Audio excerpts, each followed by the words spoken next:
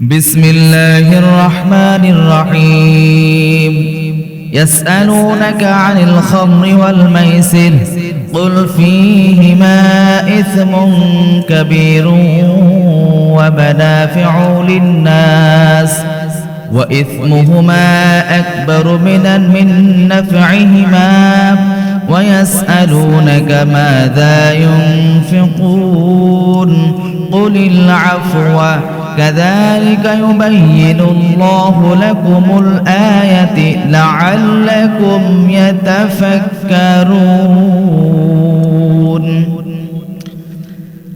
বলেছিলাম আল্লাহ রাব্বুল আলামিন আয়াতের মধ্যে মদ এবং জুয়ার যে অপরাধ আছে, এটা যে অন্যায় কাজ, এর যে ক্ষতিকর দিক আছে, এই সম্পর্কে আল্লাহ রাব্বুল আলামিন আলোচনা করেছেন।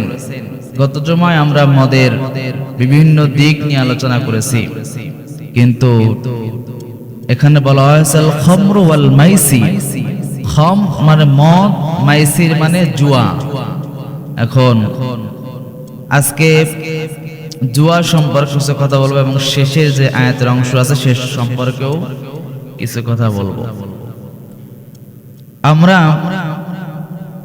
জুয়া বলতে শুধু এটাই বুঝি যে টাকা দিয়ে, যেটাকে মানে টাকা খেলে এই ধরনের কিছু আমরা জুয়া বুঝি। অথচ এখানে দেখেন ওয়াল মাইসির, মাইসির শব্দের অর্থ হচ্ছে বন্টন করা। কি করা? বন্টন করা। মাইসির মানে কি? জুয়া। আর জুয়ার অর্থ হচ্ছে বন্টন করা। এখন আমরা তো দেখি যে জুয়া খেলতেছে একজন অনেক টাকাওয়ালা হয়ে যাচ্ছে, একজন ফকির হয়ে যাচ্ছে, একজন মানে বড় লোক হচ্ছে, একদিন গরিব হচ্ছে। অথচ এখানে অর্থ আসলো কি? বন্টন করা। এরও একটা শানে নজুল আছে। শানে নজুল মানে এর ইতিহাস। আল্লাহ রাব্বুল আলামিন প্রত্যেকটা আয়াত নাজিলের ক্ষেত্রে এর কিছু প্রেক্ষাপট থাকে, সেই উদ্দেশ্য করে আল্লাহ সেই বিষয়ের উপর আয়াত নাজিল করেন। রাসূল সাল্লাল্লাহু আলাইহি ওয়াসাল্লাম বিদায় হজের ভাষণের সময় বলেছিলেন কি? আজকে দিন কি হয়ে গেল? পরিপূর্ণতা পেল। তারপর থেকে তো আর এই সমস্যা, সমস্ত সমস্যার সমাধান সেই কোরআনের মধ্যে আল্লাহ দিয়ে দিয়েছেন। কিন্তু তার পূর্বে যখন যে সমস্যায় মানুষ পড়তো, আল্লাহ আসমান থেকে রাসূল আকরাম সাল্লাল্লাহু আলাইহি ওয়াসাল্লামের নিকট সেই সম্পর্কে আয়াত নাজিল করতেন। এখানেও তাই। আল্লাহ রাব্বুল আলামিন এখানে জুয়া সম্পর্কে বলছে। আমরা জুয়া সম্পর্কে এই মাইসির শব্দের ব্যাখ্যায় একটা শানে নজুল আছে। রাসূল সাল্লাল্লাহু আলাইহি সাল্লামের জামানায় উট কুরবানি হতো, উটকে জবাই করা হতো বা হরিণকে জবাই করা হতো। এই হরিণটা জবাই করার পর এই গোশত নিয়ে জুয়া খেলা হতো। নাউজুবিল্লাহ। গোশত নিয়ে কি খেলা হতো? জুয়া। রাসূল আকরাম সাল্লাল্লাহু আলাইহি সাল্লামের জামানায় কেমন জুয়া? এরা একটা মনে করেন উট জবাই দিল, দেওয়ার পর এবার ওরা বলতেছে যে এই উটটা যারা এইভাবে নিতে পারবে বা যারা পারবে এই বিষয়ের উপর তাদেরকে ডাবল দেওয়া হবে। যে কোনো একটা প্রতিযোগিতা দিত তারা, বা একটা বিষয় চ্যালেঞ্জ করত। যখন আমাদের সমাজে আছেন এরকম যে যদি তুই এইটা করতে পারিস তোকে এত লাখ টাকা দিব, এরকম আছে না? তো ওইরকম একটা সিস্টেম ছিল যে সেই সময় ওরা একটা উট জবাই দিত, দেওয়ার পর সেই গোশত সবার মাঝে সমানভাবে বন্টন না করে এরা এটাকে জুয়ার মধ্যে নিয়ে যেত। এর প্রেক্ষিতে কি হতো?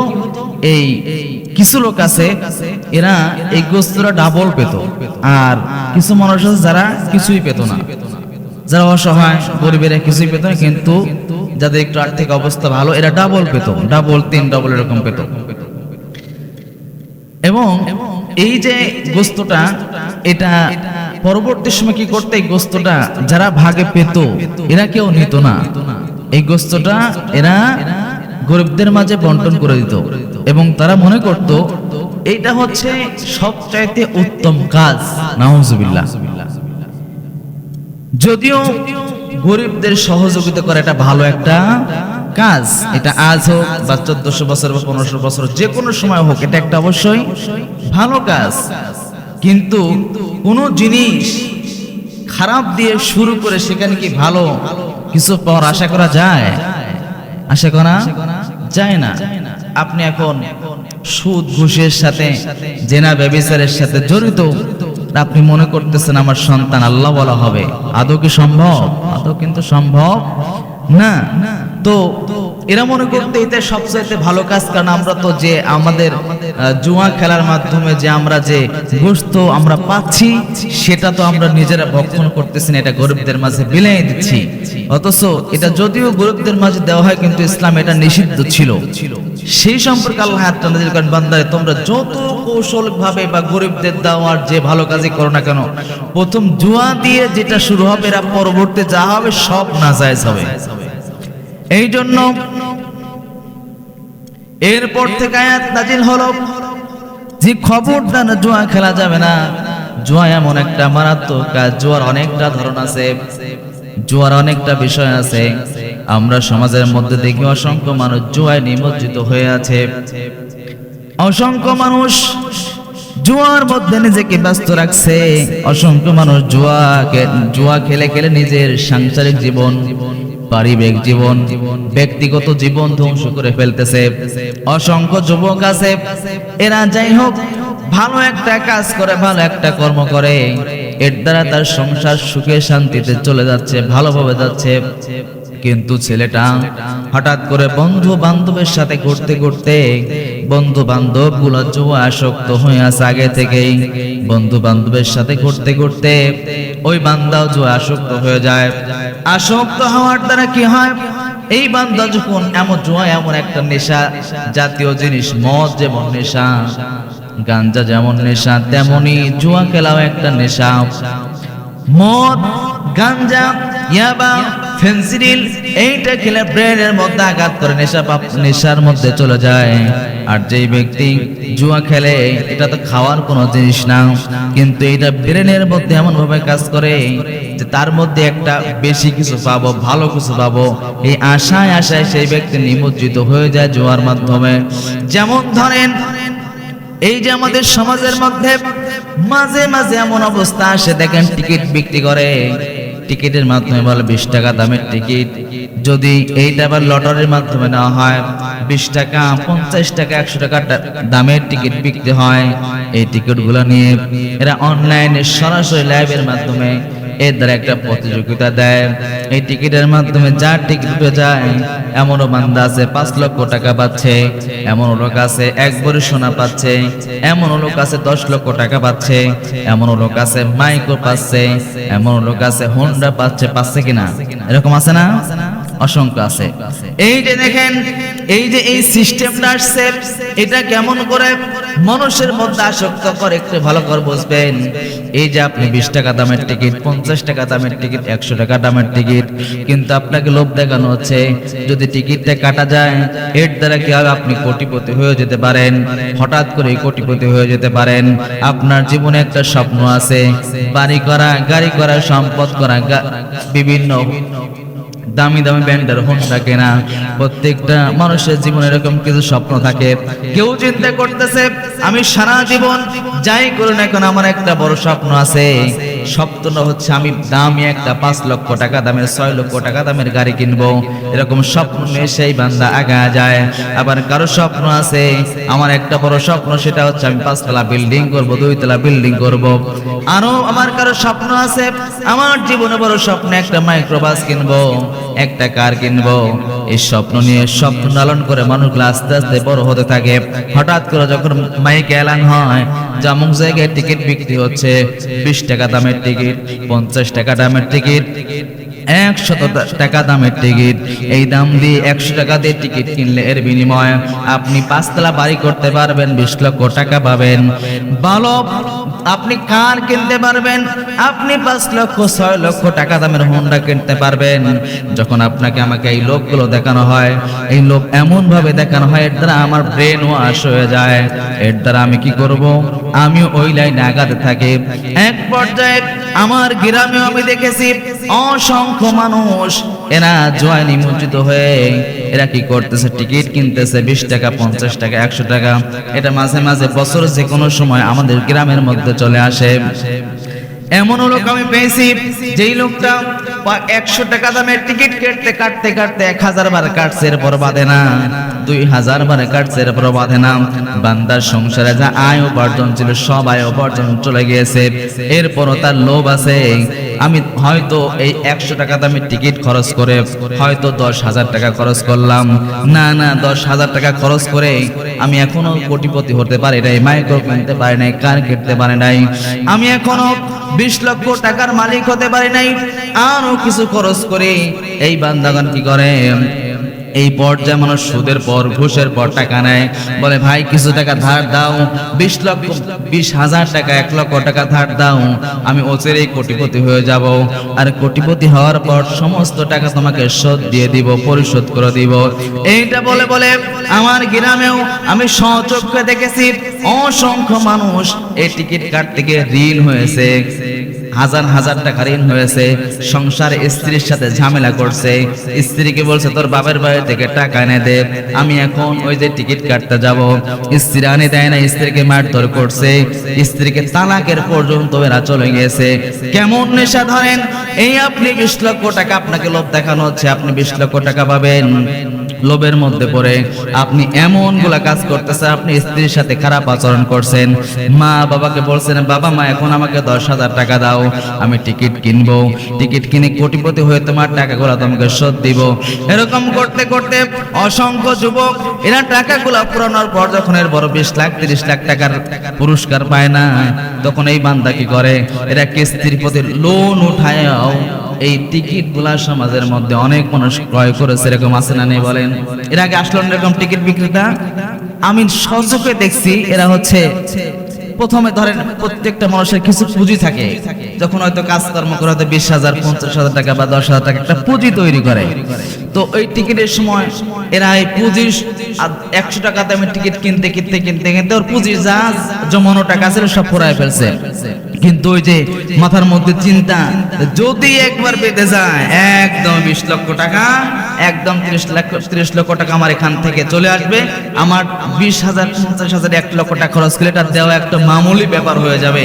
এই জন্য সে কিস্তির পর টাকা নিচ্ছে, সুদের পর টাকা নিচ্ছে, এ জমি বন্ধক নিয়ে টাকা নিচ্ছে, এ অনেক পত্রিকা এমনও আসছে এরা এই মানে এই জুয়াটা এমন একটা নেশা, স্ত্রীকে বন্ধক রাখে, কাকে? স্ত্রীকে বলে দোস্ত কি ভাই আমারে 5 লক্ষ টাকা দাও, আমি তোমাকে শোধ দিয়ে দেব, তো বলতেছে দিব তো ঠিক আছে, কিছু তো আমাকে দিতে হবে, আমার স্ত্রী তোমার কাছে বন্ধক রাখলাম, বলো নাউজুবিল্লাহ। প্রত্যেক এরকম মাঝে মাঝে আসে রে ভাই, সত্য কথা যেটা, স্ত্রীকে বন্ধক রাখতেছে কিসের জন্য? মানে জুয়া খেলার জন্য, এখান থেকে মহামারী একটা টাকা ইনকাম হবে, এই জন্য স্ত্রীকে বন্ধক রাখছে। অনেকে আছে বাড়ি গাড়ি বিক্রি করে দিয়েছে, পত্রিকা থেকে দেখেন বেচারা 2-4 বিঘা জমি যাই কষ্ট করে রাখছিল, সব সম্পত্তি এরা বিক্রি করে দিয়েছে, কিসের জন্য? যে এই যে আমার 1 বিঘা সম্পদের দাম 20 লক্ষ টাকা, অথচ আমাকে অফার করা হচ্ছে যদি আপনি পুরস্কার পান 50 লক্ষ টাকা পাবেন, এই লোভে লোভে আপনি ওই লাইনে চলে যাচ্ছেন, অথচ আপনার বিবেকে বাধা দেওয়া দরকার, বিবেকের কাছে প্রশ্ন করা দরকার, আমি 20 টাকা দিয়ে 100 টাকা দিয়ে আমি কি করে কোটিপতি হতে চাই? আমার মতো পাগল আর কে হতে পারে? আমার মতো পাগল কে হতে পারে? কি করে সম্ভব? আমাদের দুনিয়া আমাদেরকে এমন ভাবে আকৃষ্ট করে ফেলেছে, এমন ভাবে আমাদের আবদ্ধ করে রেখেছে যে দুনিয়ার সংক্ষিপ্ত জীবনের মধ্যে যদি আমার অন্যায় করে অত্যাচার করে জুলুম করে মানুষের থেকে ধার নিয়ে যে কোনো উপায় যদি আমি কোটিপতি হতে পারি, মানুষের মনে হয় এইটাই মনে হয় সার্থক। আসলে কি কোটিপতি হওয়া জীবনের সার্থক? কখনো না। এই জন্য সমাজের মধ্যে জুয়াটাও একটা নেশা। এই যে বান্দা নেশা আসক্ত হয়ে যেমন মদ খায়, নেশা আসক্ত হয়ে বারবার মদ খাইতে চায়, টিকিট কাটতে কাটতে নেশা আসক্ত হয়ে বান্দা বারবার টিকিট কাটতে চায়, এটাও এক প্রকার জুয়া। আবার ধরেন সমাজের মধ্যে কিতাবের মধ্যে আসছে যেই কাজে আপনাকে জুয়া খেলার প্রতি আসক্ত তৈরি করে, আজ হয়তো খেললেন না কাল খেলবেন, মানে এখান থেকে জুয়ার প্রতি আকৃষ্ট হয়, এমন জাতীয় খেলাগুলাও নিষিদ্ধ বা হারাম। যেমন আপনি ক্যারাম বোর্ড খেলতেছেন, ক্যারাম বোর্ড খেলে না, ক্যারাম বোর্ড খেলতেছেন, আপনার মনে করতেছেন আমি তো টাকা লেনদেন করতেছি না, খেলতেছি স্বাভাবিকভাবে, অথচ এই ক্যারাম খেলতে খেলতে এক পর্যায়ে আপনি আপনার বন্ধু বলবে, বন্ধুরে আমি তো খুব খেলা পারি। হ্যাঁ তুই তো আমার সাথে পারিস? হ্যাঁ আমি তোর সাথে পারি। তাহলে বাজি ধরি। কি বাজি? 10,000 টাকা বাজি দে, তুই জিতলে 10,000 আমাকে দিবি, আমি জিতলে 10,000 টাকা আমাকে দিবি। আরে বাপরে বাপ, 20 মিনিটের খেলা 50 মিনিটের খেলা 10,000 টাকা পেয়ে যাব, আমি তো সেই পারি। আজ 5 বছর ধরে খেলতেছি, 2 বছর ধরে খেলতেছি, খেললেই জিতে যাব। ও কইলে 10,000 টাকা বাজি, দুজন খেলতেছে হেরে যাচ্ছে, আছে না নাই? এটা হচ্ছে জুয়া। তাহলে কিরাম খেলাও জায়েজ না হারাম? কোনটা? হারাম। আবার এক কিতাবের মধ্যে আসছে এরকম যে উনি বলতেছে যে কাজ, যে খেলা আপনাকে আল্লাহ এবং ইসলাম থেকে দূরে সরায় দেয়, যে খেলা ভালো বুঝবেন, যে খেলা আপনাকে নামাজ এবং আল্লাহকে ভুলিয়ে দেয়, এই খেলা হারাম। বুঝছেন? যে খেলা আল্লাহ এবং নামাজকে ভুলিয়ে দেয়, এই খেলা কি হারাম। সে যে কোনো খেলা হোক না কেন, যদি আপনার খেলায় আসক্ত হয়ে আপনার নামাজের কথা স্মরণ না থাকে, মৃত্যুর কথা স্মরণ না থাকে, আল্লাহর কথা স্মরণ না থাকে, এই খেলা জায়েজ না হারাম বলেন? আর এক কথা উত্তর, যে খেলার মধ্যে, যে খেলা খেলতে গিয়ে আল্লাহর কথা স্মরণ হয় না, যে খেলা খেলতে গিয়ে নামাজের ওয়াক্ত আসে, মুয়াজ্জিন সাহেব হাইয়া আলাস সালাহ, কল্যাণের দিকে, নামাজের দিকে আসো, হাইয়া আলাল ফালাহ, নামাজ পড়লেই কল্যাণ হবে, এত সুন্দর কল্যাণের ডাক দেওয়ার পরও আপনি এমন খেলা খেলতেছেন যার দ্বারা আপনি কল্যাণের পথে না আসে আপনি ওই দিক দিয়ে আসক্ত হচ্ছেন, এই ধরনের যত খেলা আছে সব খেলাই হারাম। সব খেলা কি হারাম। এই জন্য যারা ক্যারাম খেলে এটা হচ্ছে না জায়েজ, এবং যারা লুডো খেলে, লুডো জাতীয় জিনিস খেলে, এটা হারাম। যারা দাবা খেলে, কিতাবের মধ্যে আসছে রাসূল সাল্লাল্লাহু আলাইহি সাল্লাম বলছেন যারা দাবা, ছক্কা, এই ধরনের যারা খেলাধুলা করে, এরা নিজ হাতে শুয়োর জবাই করে, এই রক্ত হাতে মাখানো যেমন অপরাধ, যে বান্দা এরকম মানে এই যে ছক্কা খেলা বা হচ্ছে দাবা খেলা, এই খেলাগুলা হচ্ছে এরকম নিকৃষ্টতম কাজ।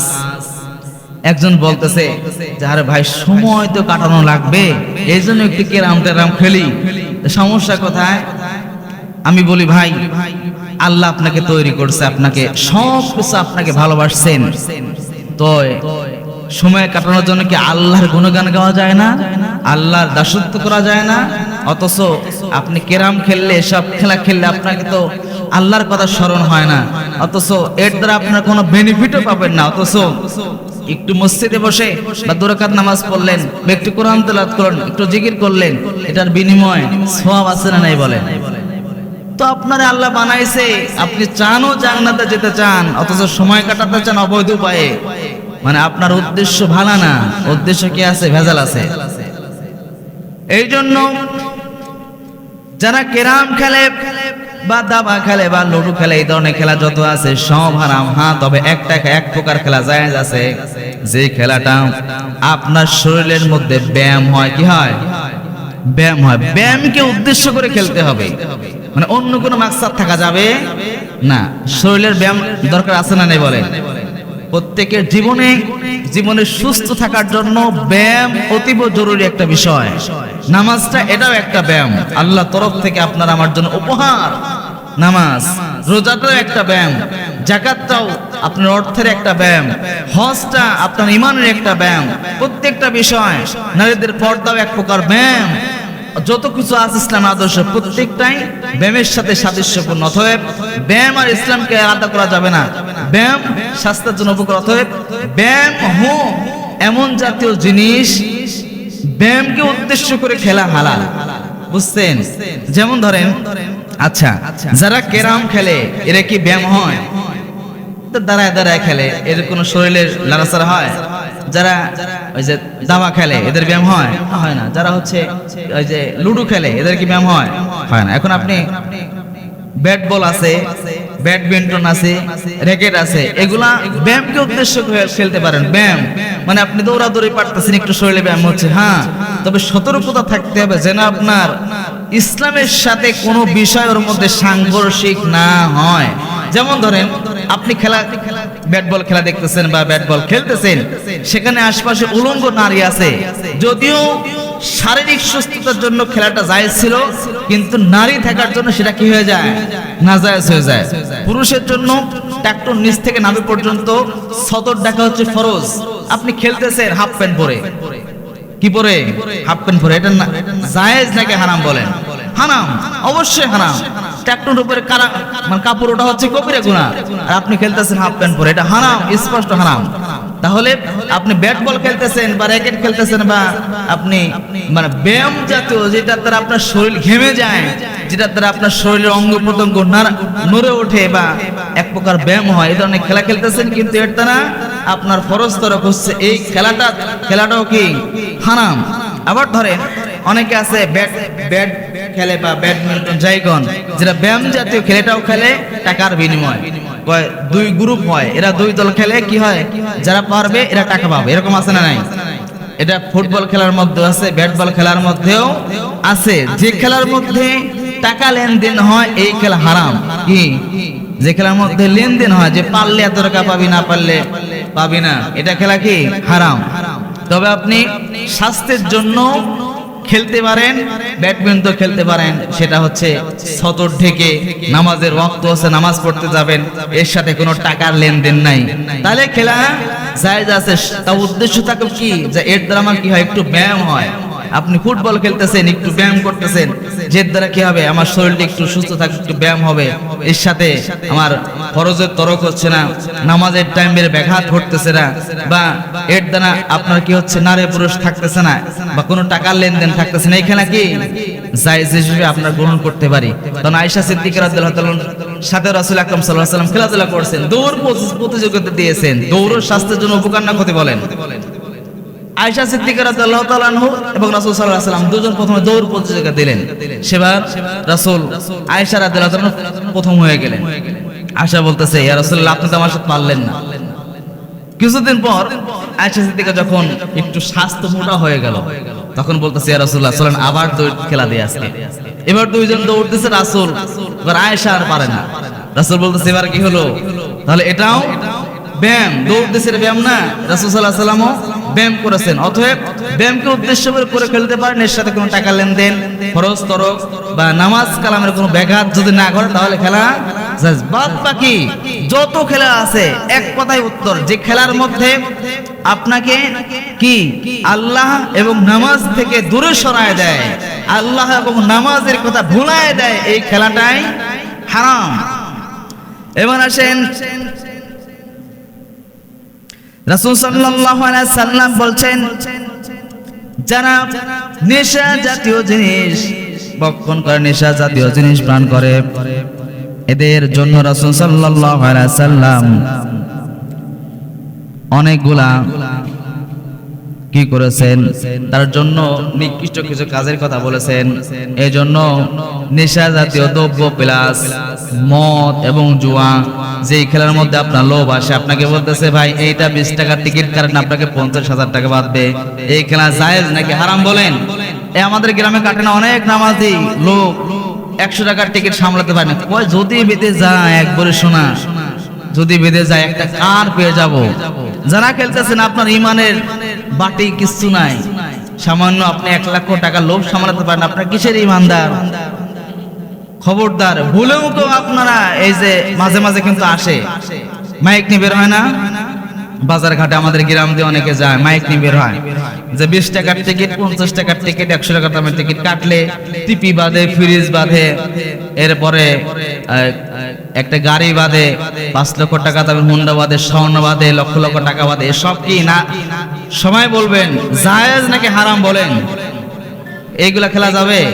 আপনি নামাজ কালাম পড়তেছেন, আপনি লোভ সামলাতে পারতেছেন না, কিসের ইমানদার? ইসলাম মুসলমানদের সাথে লোভের কোনো সম্পর্ক নাই। আপনাকে যদি মুসলমান হন, প্রকৃত মুসলমান, যত প্রকার লোভ আছে, কোন লোভ আপনাকে আটকাতে পারবে না। এজন্য এই খেলা থেকে নিজেকে বিরত রাখা লাগবে। এবার আল্লাহ রাব্বুল আলামিন কে বলছেন, ইয়াসআলুনাকা মাযা ইউনফিকুনা রাসূল আপনাকে আরো মানুষ জিজ্ঞাসা করবে যে আমরা কোন পথে ব্যয় করব, কোন সময় ব্যয় করব। রাসূল সাল্লাল্লাহু আলাইহি ওয়াসাল্লাম বলেন, কুল, হে রাসূল আপনি বলে দেন, কুলিল আফওয়া, কুলিল আফওয়া। রাসূল সাল্লাল্লাহু আলাইহি ওয়াসাল্লাম বলেন, এখানে আল্লাহ রাব্বুল আলামিন বলতেছেন, হে নবী আপনাকে যখন প্রশ্ন করবে যে বান্দারা কোন পথে ব্যয় করবে, আপনি বলেন কুলিল আফওয়া। আফওয়া মানে যে পরিমাণ আপনার জন্য সহজ হয়। সুবহানাল্লাহ, এর চাইতে সহজ ভাষা আর আছে? মানে মনে করেন রাসূল বলতেছে, হে রাসূল আপনাকে কিছু মানুষ প্রশ্ন করবে যে কি পরিমাণ ব্যয় করা দরকার। আমাদের মনে প্রশ্ন থাকতে পারে না যে আমরা তো সবাই ইনকাম করি, কি পরিমাণ ব্যয় করা দরকার? আল্লাহ উত্তর দিচ্ছেন কি, আনিল কুলিল আফওয়া, যে পরিমাণ আপনার জন্য সহজ হয়। সুবহানাল্লাহ, এর চাইতে সহজ ভাষা আর হতে পারে? কথা বলেন। আল্লাহ তো বলতে পারতেন যে আপনি লাখে এত টাকা দেন বা হাজার আপনার প্রতিদিন এত টাকা আপনার ইসলামের পথে দান করেন, তা না। কুলিল আফওয়া, আফওয়া মানে আপনার যে পরিমাণ সহজ হয়। সুবহানাল্লাহ, এত সহজ ভাষা। আমি ধরেন ইনকাম করছি 10,000, আমার মনে হচ্ছে এর মধ্যে 500 টাকা দান করলে আমার জন্য সহজ হয়। কি হয়?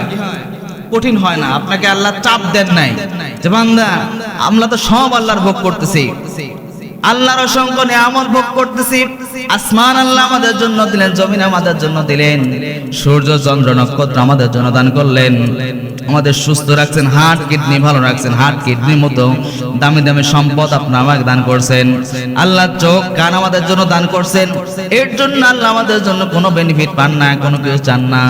এত নিয়ামত দান করার পর আল্লাহ আমাদের জন্য কোনো টাকা পয়সা চায় না। আর যখন আল্লাহ বলতেছেন বান্দারে তুমি কতটুকু দান করবা, তোমার উপর কোনো প্রেশারও দিলাম না।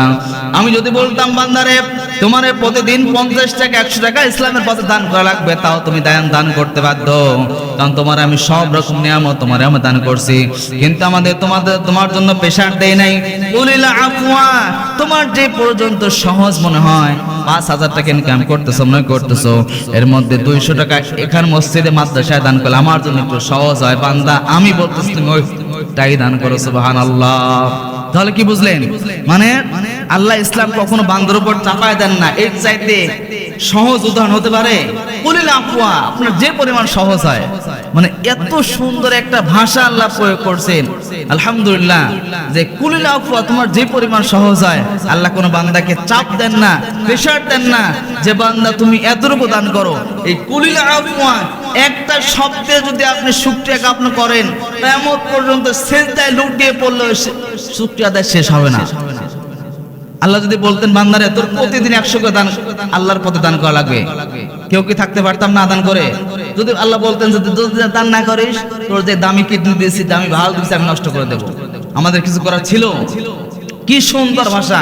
কুলিল আফওয়া, তোমার যতটুকু ভালো লাগে, তোমার যতটুকু সহজ হয়, তোমার নিজের কাছে মনে হয় যে না এতটুকু দান করলে আমার সংসারে ঘাটতি হবে না, আমার কাছে কষ্ট মনে হবে না, আমার কাছে কষ্টের কারণ হয়ে দাঁড়াবে না, আমার কাছে টেনশনের কারণ হয়ে দাঁড়াবে না যে আমার ইনকামে 5,000 টাকা আমি 10,000 টাকা দান করতেছি, এখন আমি চলবো কিভাবে, আমার স্ত্রী নিয়ে চলবো কিভাবে, আমার ছেলে মেয়ের খরচ চালাবো কিভাবে, আমি তো চলতে পারতেছি না, হিমশিমি খেয়ে যাচ্ছি, আমার ব্রেনের সমস্যা হয়ে যাচ্ছে, চিন্তায় পড়েছি। না বান্দা, তোমার এত কষ্ট করার দরকার নাই।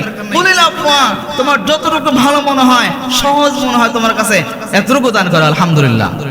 এজন্য আসুন, এরপর আল্লাহ কি বলতেছেন আয়াতের শেষে? এবার আল্লাহ বলতেছেন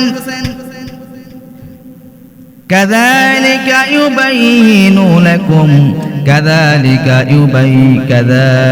ইউবাইয়িনুল্লাহু লাকুমুল আয়াতি লাআল্লাকুম ইয়াতাফাক্কারুন।